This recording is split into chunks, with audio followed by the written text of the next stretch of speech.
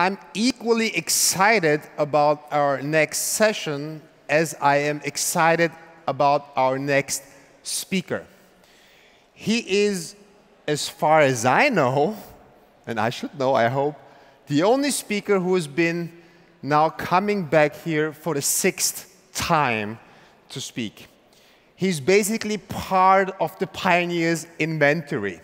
So, I mean, to get the record straight, the first time he invited himself. That's a true story. But to be fair, after that, we kept inviting him over and over again. And the reason we invited him is because, A, he did something that resonated deeply with the audience. And B, he somehow became this brand name. So the guy I'm talking about is SzeleSTIM. So some of you might now, yeah, right, he has some fans here. So some of you might ask yourself now, who is this guy, right? I mean, come on, 6th time here on stage, what's happening there? So we asked this question. We went out in Vienna, on the streets of Vienna, and we asked random people on the street exactly that question. We asked them, who is SzeleSTIM? So let's see the answer, please, to that question. Who is SzeleSTIM? Steffi? Stelianopoulos? Who? Sturgios? All right, so maybe some of you have guessed these are not quite random people. On your left, you saw Anthony, who is Steli's co-founder, and the lady was Geshe, who was like one of the speakers of last year on Academy stage. They happened to be in Vienna. Sorry, Steli, had to track them down. So let me answer the question who SzeleSTIM is. He is the CEO and co-founder of Close.io, which is a sales software which I can tell it's kick-ass because I'm actually using it. He's also, yes, it's true. He's also a YC alumni and the author of several books focused on sales. He is a deeply caring sales enthusiast, a hustler in his heart, and truth be told, probably one of the quietest and shyest people I know personally. So, please welcome back again for the 6th time here on the Academy stage, my buddy and one of my favorite speakers, SzeleSTIM!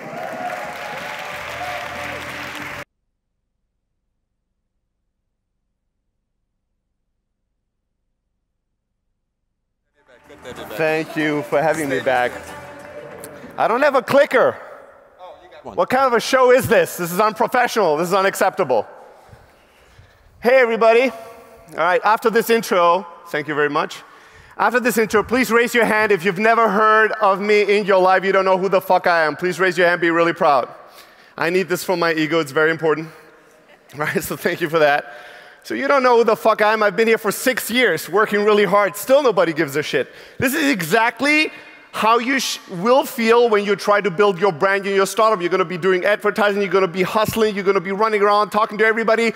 And 10 years from now, still, most people will not know who the fuck you are. Welcome to reality. This is my motivational speech. All right, so today what I want to talk about is how to talk to your customers. This is such a lame title that I assumed it would just be me and John having Jaeger shots on stage. So I'm impressed that a bunch of people of you showed up today. So since none of you, or most of you don't know who the fuck I am, I'm going to introduce myself a little bit, and then we're going to talk about the art, the lost art of communicating with customers. Make sense? Yes. This is no. This is I'm from Austria. I don't know what you want from me. All right, cool, very good. All right, so a little bit about myself. I'm originally from Greece, born and raised in Germany. When I speak in front of US audiences, I typically tell them I have the best that Europe has to offer. Culturally, at least, I have the two opposite ends of the cultural spectrum of Europe. Greece and Germany, it doesn't really mix that well in a pot, right? I left Europe 12 years ago on a small boat going to America. Moving to Silicon Valley to fulfill my dream of building a startup there. The first company was a soul-crushing defeat and failure. And the second one, with a few twists and turns, turned out pretty all right, and that's the business I'm running today. That business started as Elastic Sales. What we did with Elastic Sales is we helped venture-backed B2B startups in Silicon Valley develop sales models that are both predictable and scalable. So we work with over 200 venture-backed startups to create their sales models and hire their sales organizations and help them to scale. And in the process, we developed a little piece of software internally. We never intended to release it. But eventually, it got so good that we decided to allow other sales teams to also use it. And it quickly outgrew the services business and became a highly profitable multi-million-dollar business. And it's a business we run today. It's called Close.io. It's an inside sales CRM that allows salespeople to be more productive, close more deals, and generate more revenue. We're a tiny team, 30 people in 11 different countries, fully remote, fully self-funded or customer-funded. And we're driving millions and millions of revenue. And our nearest, smallest competitor is hundreds of people bigger than us at a rate of, I think, 12 or 15x more employees, but similar revenues. All right, so when it comes to talking to customers, I know that subject is not very sexy. And typically, all the advice that you will get from me, if you come to me for startup advice, for sales advice, for fundraising advice, the advice I give is always very basic, always very simple, right? If I was a fitness trainer and you came to me and you're like, I want to lose weight, my advice would always be, eat broccoli and work out, motherfucker, right? It's as easy as that. Just move your body and consume good food. Now, we all know what it takes to be fit and healthy. Every single person on the planet knows what it takes to live a healthy and fit life, right? But why are there a million fucking books, Zumba, Roomba, CrossFit, MOSFET, like this? Every year there's a new fucking fad, there's a million books, there's all these workouts, there's a huge industry teaching people how to be healthy and how to lose weight. Why? Because people don't know, I don't know how to lose weight. It's not because they don't know. Similarly, when you have problems with your startup, it's not that you don't know the answer or the solution. Usually, when we say, I don't know how to fix this problem, what we really mean is, I don't know how to fix this problem conveniently. That's what we mean. We're like, I know what I should do, but I don't fucking want to do that, so I'm still looking for an answer that's nice and convenient and easy. That's what we're all looking for. When I tell people eat broccoli and work out, they're like, I get that, but I don't fucking like broccoli and I don't want to fucking work out. So do you have another solution for me? My answer is no. No. No slide today will have any hack, shortcut, or any magical fairy dust that will get you to solve all your startup problems without having to do some fundamental shit. Make sense? This is yes, we're going to train this. This is no. This is, I don't fucking know. There you go. He got it. He's like, I got this. I'm already mastered the I don't fucking know what you want from me. All right, thank you for that. So, but I don't just run a startup business and advise a lot of founders on sales. I also run a little podcast. It's called the Startup Chat. Real quick, who recognizes the handsome man on the right? Raise your hand, be proud. Keaton Shah. Oh my God, even less people than me. I'll tell him that. I'll make sure that he knows this. He's one of the pioneers of SaaS. He's a pioneer of startups in Silicon Valley. He's an advisor, he's an investor. He's an incredibly influential person. He's one of the best brands in Silicon Valley because his brand is that he's the most generous founder in Silicon Valley. Think about that. That is his reputation, the most generous founder in Silicon Valley. So we have a podcast, and at the end of the talk today, if you found yourself thinking, oh my God, I need more Steli in my life, that voice screaming at me, I need it at least twice a week, preferably on Tuesday and Fridays for 20 minutes, you should go to thestartupchat.com and subscribe to our podcast. Here's why I bring up our podcast. Here's a listener of our podcast. This is a very successful developer. And he, within 2 weeks, listened to 260 episodes of us talking. And at the end of it, he came up with a framework that he called Talk to Your Customers. Here's how it looks like. Are you starting a company? Yes. Talk to your fucking customers. No. Okay. Are you building a product? Yes. Talk to your fucking customers. No. All right. Are you working on a feature right now? Yes. Talk to your customers. No. Talk to your customers anyways. All right? This is the framework. And again, I know that it's not like enlightening. It doesn't sound like how to use AI and biotech and the blockchain to make your online gaming app explode within 12 months and be bought for $1 billion. It doesn't have quite that ring to it. It's not quite as sexy as that. But that is why it fucking works. That is why it works. You eat broccoli, you move your fucking body, you do that every single day, you do that for a long period of time, it fucking works. You know when it will stop working? Never. But what if the world changes? Still fucking gonna work. 5 years from now, 10 years from now, 15 years from now. When you look for solutions that will always work, never change. Don't look for what is changing in the marketplace, what's new, what's hot, what's cool. Look for what never changes and focus on mastering that. All right, there's a lot of people that talk about this. This is another podcaster from Indie Hackers and a really important team member at Stripe.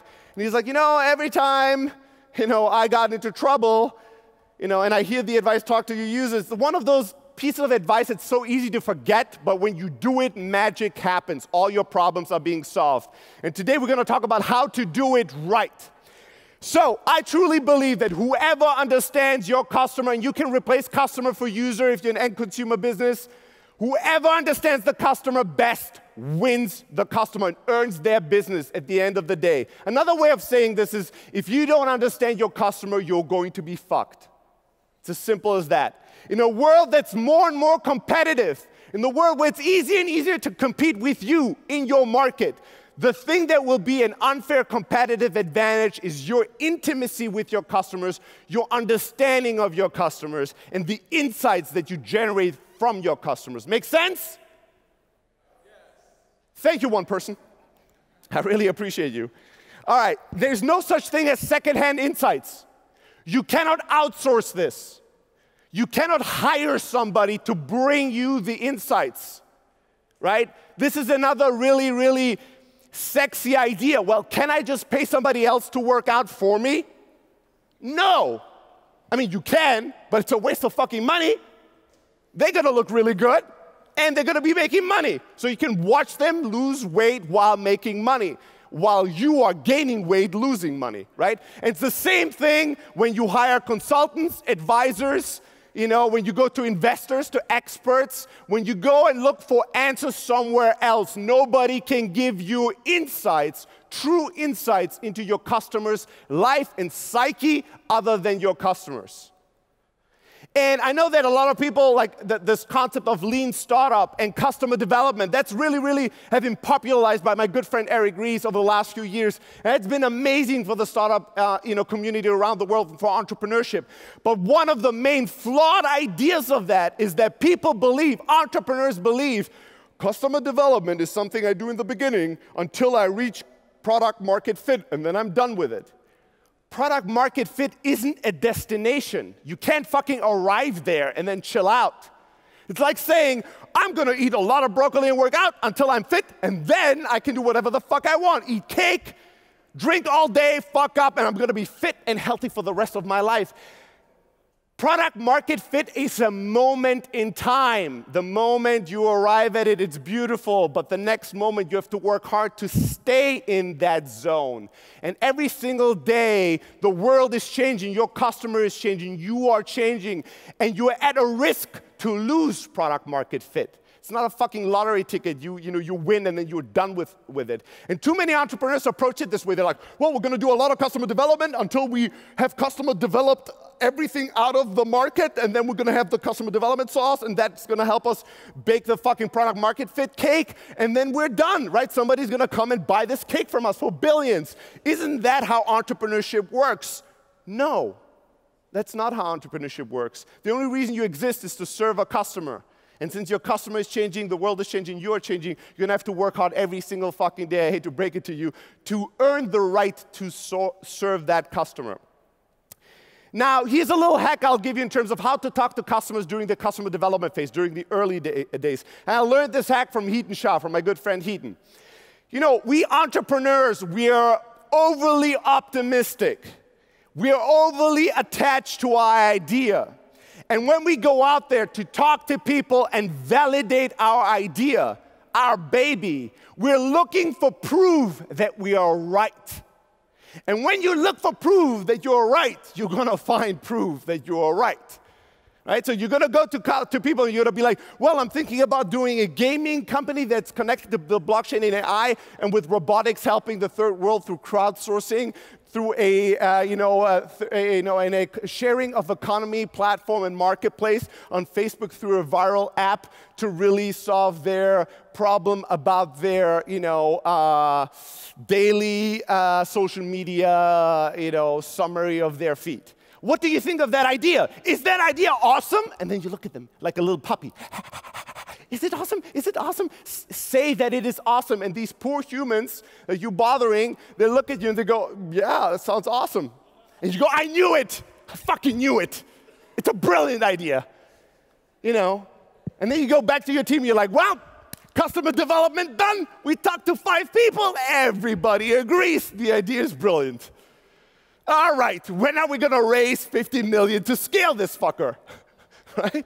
That's usually how it works. Here's what I want you to do instead. I want you to try to disprove your hypothesis. I want you to go and try to make people tell you your idea is dumb. So you go to people and you say, hey, you're in this space. You've seen a lot. We talked about an idea that would do X, Y, and Z. I'm pretty sure it's not going to work. Would you agree as an expert that this would never work in your market? And if so, why? And then if people say, no, I think this could work. You go, no way. And they go, no, I think this is actually going to absolutely work well. And you go, well, but what about the pricing? But what about the competitors? When they start selling you on how brilliant your idea is or what you do is so valuable, they would want to purchase it and being a customer. Now you're onto something. Make sense? There's always, I like the first row, there's always one person that's like very, they don't just do this, they go like, all right, thank you. All right, try to disprove your hypothesis. Don't try to prove yourself wrong when you really want to be enlightened and learn something.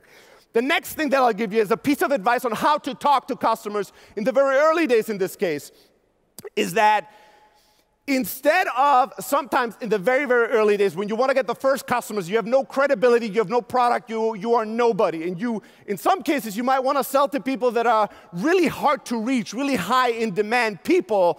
How do you do that? And I always give the same advice. You ask for money, people will give you advice. You ask for advice, you might get money, right? So what do? Is you reach out to your prospective buyer and you tell them, hey, you are an expert in this industry. You've been in this industry for a long time and had an amazing career. We are a young team innovating in this space, building technology for companies like yours. Can I get 15 minutes of your time to get your advice on what technology to build and what not to build? And here's the funny thing about humans. Humans like to give advice. Humans like to be experts of industry, right? If you want to be even more cruel, start a blog and ask people to interview them. Everybody wants to be fucking interviewed, everybody. Right? So people will give you their time and their expertise, and their guard is going to be down because they're not thinking that you're trying to sell to them something. Because right now, you shouldn't. You should just tell them, here's what I've built, here's what we're doing. If you were us, if you were a co-founder of my company, how would you sell this shit? How much would you price for it? What problems are we going to have? If we wanted to have this bought by your company, how would you do it? How would you sell it? How would you market it? Get advice from them, honest advice. And if they're truly excited about what you do and if they advise you that this is truly something that creates value and could be adopted in their company, at the end, it's not that hard to go, well, sounds like you're really enthusiastic. What would it take for me to really sell you on this? Just ask that question. Here's a really hard thing when it comes to customer interaction and customer communication. It's that we have all learned how to speak. Now, we do it in a variety of levels of competence, but we all more or less know how to speak. But we never learn or study how to ask questions and how to listen. Have you ever had a class in fucking school or university on how to listen, the art of asking questions, the art of listening? Anybody here? No, although one person lied and raised their hands. Right? We spend almost no time learning how to ask questions and to listen. That's why we are all really, really bad at it. Have you ever had a conversation with somebody and at the end you felt fully understood? You're like, oh my God, I don't know, this was the greatest conversation ever. Oh my God, I felt so understood. It was magical. This person just felt so good to be able to speak and feel like somebody truly gets it. Have you ever had that in your life? It's a really powerful, magical thing, and the reason for it is because it's so rare. Most of the time, when somebody asks you a question, while you're giving an answer, that person's just waiting to, like, just holding their breath till they can speak again. They're not fucking listening. They're thinking about what's the next question I should ask, especially in sales and entrepreneurship. Here's conversations I notice every day. Hey, we're building a marketplace for plumbers. You are a plumber. Do you think you could have more business in this space? Really suggestive, dumb question like, do you want more money? And then the person goes, oh, I don't know. Oh, great, okay. And then, how long have you been a plumber for? Oh, well, I learned this 8 years. Oh, 8 years, great, great. Well, I think this would be a perfect fit for you. You should sign up for a service. It's like, have you ever felt like that when somebody's just going through questions, not fucking caring what you're saying? They're just like, yes, yes, yes, yes, yes. All right, this is a perfect fit. And you think, fuck you, asshole. Right? You know nothing. Right? Versus somebody who truly takes the time and cares. Here's the magical hack to being an amazing conversationalist and learning how to listen in a powerful way. Here, you ready for the magic hack sauce? Care. That's it. Just fucking care till hear the answer. Just truly care. When you ask the fucking question, you should truly want to hear the fucking answer. And not just hear the answer to hear it, you should want to hear the answer to get to understanding. And when I hear an answer that makes no sense, when somebody's just like, well, I've been a plumber for 8 years, it's been almost all my life. Yeah, I've been a plumber for a really long time. I'm not just going to go, okay, good, good, good. I'm going to go, wow, how does it feel to be a plumber for your entire life? Was somebody in your family a plumber? How come that you decided to be a plumber? How has being in this industry changed over the last 8 years? I care. I truly want to know what's going on. I truly want to get a full picture of who that person is. And at the end, when I tell that person, I think you should purchase my service or my product, they believe me and they trust me. Make sense? Thank you. All right. When you have a question about your startup, any question, why is our funnel leaking? Why don't we get viral growth? Why, when we send cold emails, do people not open them or never answer them? When I cold call people, why do they hang up? How can I prove X, Y, and Z? Don't come to fucking experts like me. Don't go to your fucking investors. Don't go to advisors. There's only one source of truth, your customers. Go and ask them. You know how many, every day I get like 30, 40 emails of people sharing their cold sales emails, asking for feedback from me. You know what they never do? Ask their customers. So here's what I suggest you do. It's a very simple hack, but it's beautiful and it's powerful. When you send an email and somebody opens it and they reply to the email and they decide to talk to you and get on a call, when you're on the call or at the demo, instead of just rushing to the fucking climax of it, right? Like a horny teenager, relax for a second and ask them, hey, before we start the demo, let me ask you, I'm sure you're getting tons of emails every single day. What made you open my email? What about my email stood out and made you want to reply to it? What was good? And when you have people that open your email and never respond, don't just cry about it. Call a few of them and say, hey, I'm not going to try to sell you. I'm the founder. I need 2 minutes advice from you as an expert. I sent you a few emails. You've ignored it. Obviously, my emails were worthless to you. All I want to know is ask one question. What about my emails made you decide not to respond? What about my messaging was bad? Do you even remember the email I sent you 30 minutes ago? And then listen to what they tell you, because they are the source of truth. Listen to the words they use. Listen to the emotions they evoke. And learn from your customers more than from any other source. Right? Don't look for experts in books. Go to your customers to learn what to fix about your business. And here's a really important lesson that you need to learn. And many startups don't learn that lesson when they should. Which is that when something goes wrong, when your app is down, when you have a bug, when you have some kind of a scandal in the news, when you disappoint your users or your customers, when your customers have a reason to fucking want to get to you and scream to you, you cannot hide. Here's what most startups do in the situation of a crisis. They hide. They're like, I feel so terrible about what's going on. I don't have good answers, so let's just wait till we fix this problem. Then let's just go select all and archive and hope that these people will all forget about what happened today. Here's what you need to do. This is what most companies will do, so you have a chance to stand out. When you fuck up something, then it's time to pick up the phone and call every single customer. It's time to stand in front of your customers, especially when you don't have answers, and say, you know what, I totally get it. I'm sorry, it sucks. The app is down.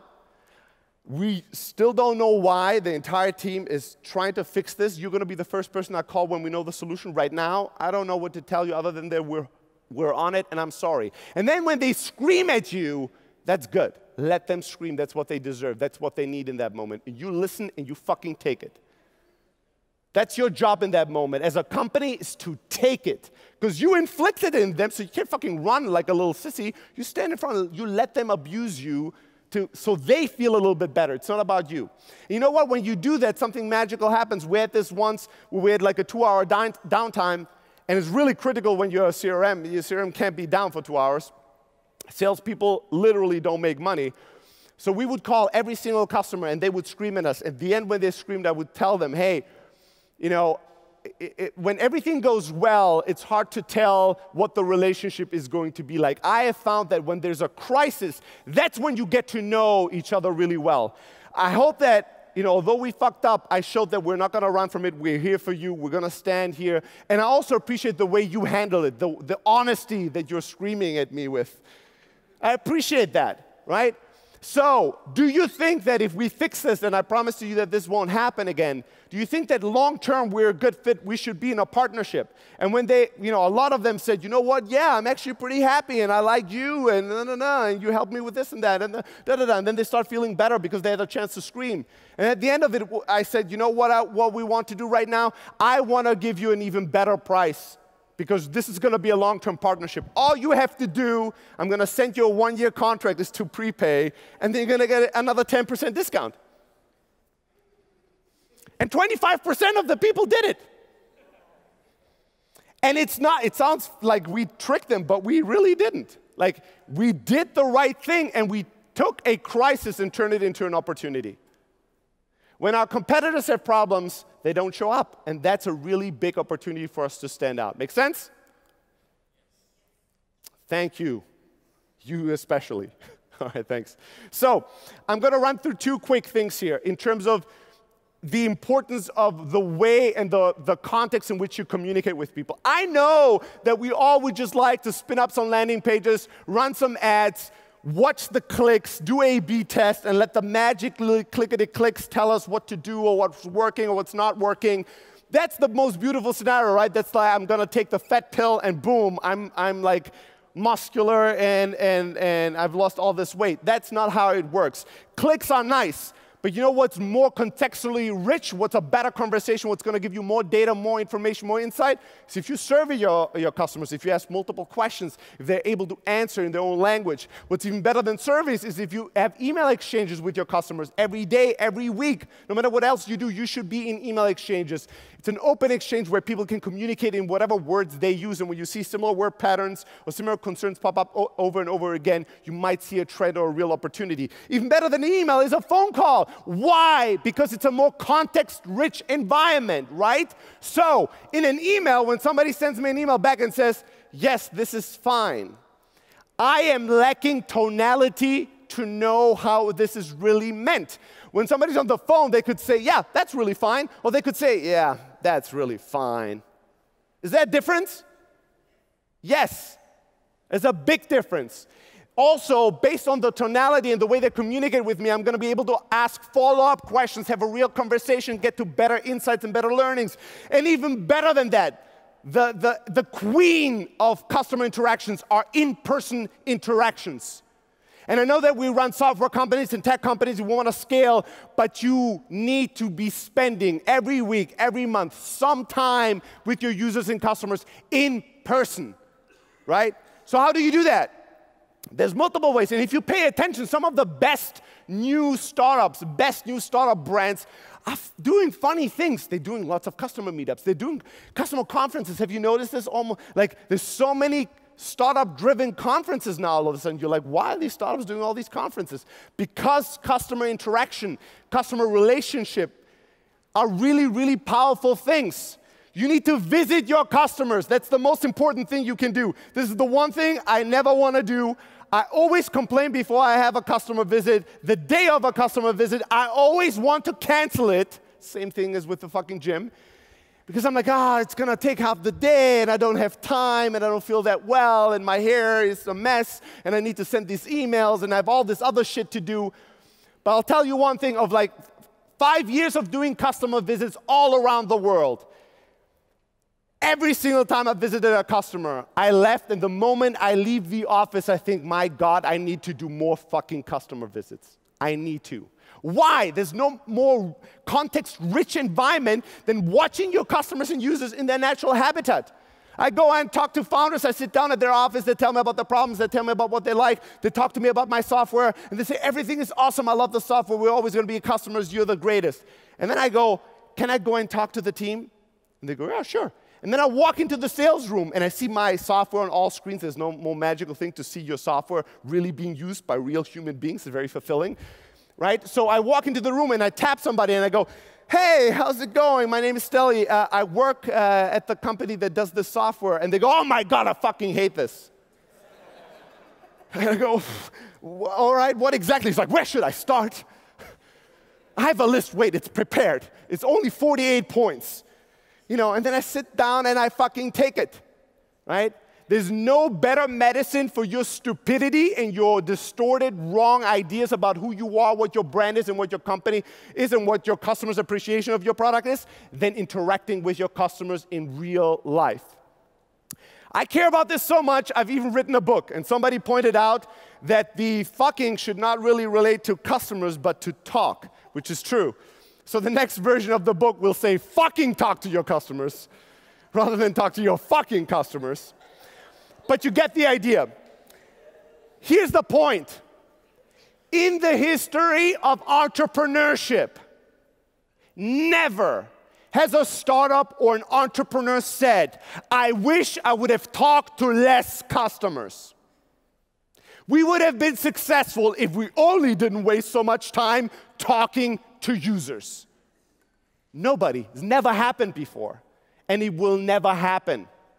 So whatever your current standard is, no matter how much you talk to them or how little you talk to them, make me one promise, just double the rate. If you never go and visit somebody next week. If you never call them, call somebody today or tomorrow that's using your product. If you never email exchange in person, start email exchanging. Talk to your fucking customers, or fucking talk to your customers. You practice this. And I'm telling you, all your problems will be solved if you truly listen. Thank you so much.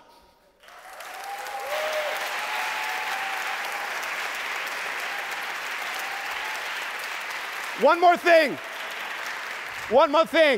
If you want to have that book and all the other books I've ever written in one beautiful link to download for free for you, send me an email. See, they're scrambling in the back now. Boom. Send me an email. Bundle motherfucker at steli@close.io, and you'll get all my shit for free. Thank you so much. Come and talk to me afterwards. Enjoy the rest of the day. Bye-bye, everybody. Thank you very much. Give it up for SzeleSTIM.